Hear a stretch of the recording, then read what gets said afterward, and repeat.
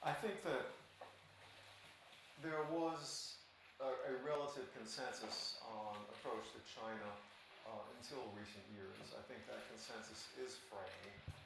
Um, I think now there is a common view that we're dealing with a China that is going in different directions than the China that we've been dealing with since the Nixon years. I think that that's a misguided view in some ways. I think that really what we're dealing with is a China that has vastly different capacities, vastly different capabilities economically, politically, and militarily than the China that we were talking about in 2001 when they were admitted to the WTO. When we were, from the 1980s and through WTO, our approach to China was essentially integration of China into the global system on which we had written the rules, and we were the gatekeeper.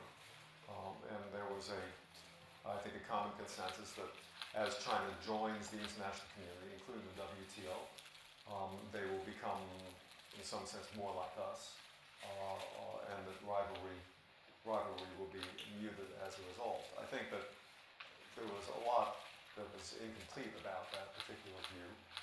But on the other hand, I wouldn't completely dismiss the notion that economic integration has mitigated strategic rivalry. Certainly there is strategic rivalry, there is security rivalry, and that I view as kind of a natural thing. It's a function of a rising power encountering a dominant power, and it's a function of China's different history, different culture, different ideology, different political system, and its particular interests in Asia, which are, in Asia in particular, more so than globally, that are different than ours.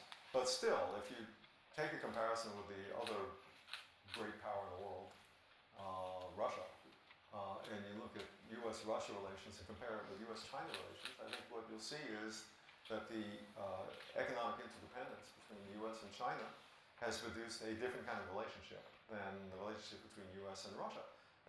Russia is not really integrated in a serious way into the global economy. It's still basically an energy country whose economy has been in semi-free fall for the last couple of years with the decline in energy prices.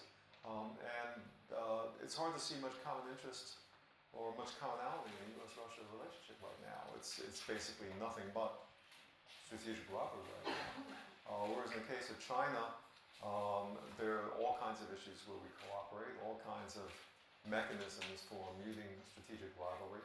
I think that people do not feel that the risk of a military clash between the U.S. and China is substantial in the foreseeable future, whereas I think people feel much less confident about the U.S.-Russia relationship in that respect. And I won't say that's entirely because of economic integration, but I think economic integration is a big part of that.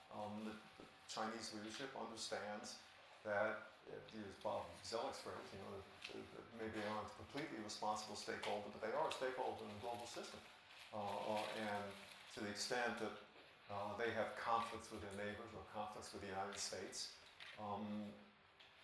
they will suffer consequences. I think Russia feels much less invested in that notion. So I don't know that to the extent that that notion that you threw out was relevant in 2001, I'm not sure it's irrelevant now.